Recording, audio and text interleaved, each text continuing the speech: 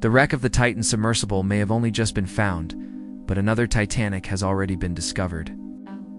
It was not in the Atlantic, however, but right here in Egypt, 33 meters, or about 100 feet beneath the sea. This is Thonis-Heracleion. After being lost for almost 15 centuries, it has revealed secrets that are going to rewrite history. What makes this site so special, and what kind of history will it change? To answer those questions, we need to go back about 2 millennia. The Thonis-Heracleion was one of the most important cities in the ancient world. It was situated at the mouth of the Nile and served as the main port for the Egyptian capital, Alexandria.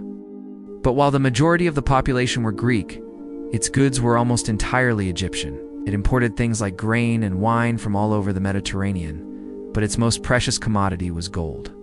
And where did this gold come from? From Egypt itself. It controlled key mines in the eastern desert, which produced some of the highest quality gold in the ancient world. Some of this gold ended up adorning the very pharaohs who had ruled Egypt during the time of the city's existence. So we can say that Thonis-Heracleion truly embodied the union between the Greek and Egyptian civilizations. When Alexander the Great conquered Egypt in 332 BC, he founded the city of Alexandria, named after himself, of course, and made it the capital of his new empire. Then when Cleopatra died and Egypt became a province of Rome, Alexandria remained the capital of the Roman province of Egypt. Throughout its existence, the city never really had any natural barriers, nor were there any mountains nearby that could have protected it from invaders. So Thonis-Heracleion and the rest of the Egyptian coast relied on the Egyptian navy to keep them safe. However, in 395 AD, the Roman Empire split into 2 halves. Soon after that, Thonis-Heracleion was effectively abandoned. Its imperial patrons were gone, and the city was no longer needed as part of a defensive strategy. For about 15 centuries, the people living in and around Alexandria gradually moved away from the old port and towards the city's center. The once great port fell into disrepair and was eventually inundated by rising sea levels. By 1998, much of the city was underwater, and archaeologists were struggling to find any trace of it. Finally, in 2001, an Egyptian-American team managed to discover its location by using marine magnetometers to scan the seabed. Since then, the project has uncovered more than 64 shipwrecks, countless statues, coins, jewelry, and other artifacts. There was even a small wooden boat discovered, which is incredibly rare because wood does not preserve well underwater. But perhaps the greatest discovery from this site was a statue of Caesar? Now, if you'd like to dive deeper into the story of the sculpture of Thonis-Heracleion, do subscribe and hit the bell for more such content. Among the hundreds of tons of debris and silt removed from the site were 12 huge blocks covered with hieroglyphic inscriptions. These turned out to be the remnants of a temple dedicated to the Egyptian goddess Isis, which confirmed the team's suspicions that they had indeed found the legendary harbor. Many other temples were found too, including one dedicated to the Egyptian god Hapi, who was said to protect sailors and fishermen. These discoveries showed that the citizens of ancient Alexandria worshipped both Greek and Egyptian gods, blending the 2 cultures together. Another thing that the excavations revealed was the city's layout, which followed a strict grid pattern, something that would have been familiar to any Greek city dweller. Most of the buildings were constructed of stone, although many of them were simple single-story structures. What did surprise the researchers was how advanced the city's infrastructure was. The streets were paved with stone and lined with sewers. Many of the houses had running water and indoor plumbing, which was very rare for any city, ancient or modern. One building even had a sophisticated heating system. Amongst the treasures discovered by the project were 2 anchors that had fallen off a Roman warship. They were engraved with the head of the Emperor Hadrian, who ruled the empire between 117 and 138 AD. These anchors proved that the Romans used the city as a naval base for their warships. But the true riches of the city lay beneath its streets. Archaeologists discovered piles of coins that may have belonged to a government mint. And instead of dirt, they found traces of expensive spices, such as cinnamon, cardamom, and ginger. This suggests that Thonis-Heracleion may have been the ancient world's first multicultural melting pot. Its docks were crowded with ships from all over the known world. The presence of these spices proves that it was a critical stop on the incense route, which connected Egypt to the lands of the Arabian Peninsula. Through this trade route, frankincense and myrrh flowed into the hands of merchants and kings. And while some of the residents of Thonis-Heracleion may have been wealthy, many others lived in poverty. The excavators uncovered 2 mass graves which contained the bodies of about 300 men, women, and children. All of them died within a few months of each other, suggesting that the city experienced some sort of plague.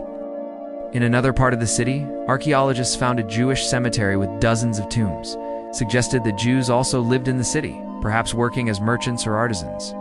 The discovery of the cemetery was especially surprising because the Jews and Egyptians often had strained relations. There were times when the Jews were allowed to live peacefully in Egypt, but there were also periods when they were persecuted and expelled. So why were the Jews living in the Egyptian port city? Well, we don't know for sure, but it might have something to do with a coin found in Jerusalem's western wall tunnel. It dates back to the reign of Ptolemy VIII and depicts the Greek goddess Athena. Since Athena was a patron deity of both Athens and Alexandria, it shows that cultural exchange existed between the two cities. Other evidence of cultural exchange can be seen in a temple that may have been dedicated to either Isis or Demeter. It was designed to look like a traditional Greek temple, but it was built in the middle of a lake. Another temple was built to honor Serapis, a fusion deity combining the Egyptian god Osiris with the Greek god Zeus. The cult of Serapis was particularly popular in Alexandria, although it was eventually outlawed by the Emperor Theodosius I. As Christianity spread throughout the empire, there was yet another structure which looked like a small fortress. It may have been used as a customs house or a prison. Finally, there were 3 massive warehouses that stretched over 150 meters or nearly 500 feet. They were separated by rows of columns and surrounded by shops, administrative offices, and storage rooms. This tells us that trade was incredibly important to the economy of the city. But what happened to the city after it was abandoned? Well, earthquakes caused the seabed to rise, which may have contributed to the formation of a sandbar. Over the centuries, Thonis-Heracleion sank into oblivion, until it was finally rediscovered. Now, as impressive as these findings are, the Egyptian harbor was not the first ancient city to get lost under the waves. For example, Pavlopetri is older than any other known submerged city and dates back to the Neolithic period. Then there's the Lion City, which was recently found in the jungles of southern India. When it was occupied, it was home to around 1,000 people. Today it lies 24 meters or 80 feet below a reservoir. Sometime before 280 AD, the city was hit by a devastating tsunami, which killed everyone in the city and sent the structures crashing down into the water.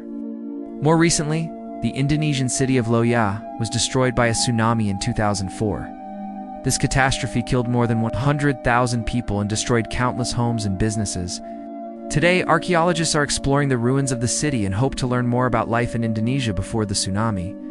So what does the story of Thonis-Heracleion teach us about the ancient world? For one, it shows that ancient civilizations were much more interconnected than we had previously thought. Egyptian gold wasn't just mined and traded by Egyptians. Greek, Roman, and Indian merchants played a crucial role in transporting the metal to its final destination. Second, it reminds us that sea levels are constantly changing. Rising sea levels caused by climate change are swallowing entire islands. In fact, some scholars believe that rising sea levels may have led to the decline of many ancient civilizations. For example, the island of Atlantis may have been swallowed by the sea thousands of years ago. Finally, the discovery of Thonis-Heracleion is a timeless cautionary tale. No matter how advanced our civilization is, it can be wiped out in the blink of an eye. That's why it's so important to document our past and share our stories so that future generations can learn from our mistakes.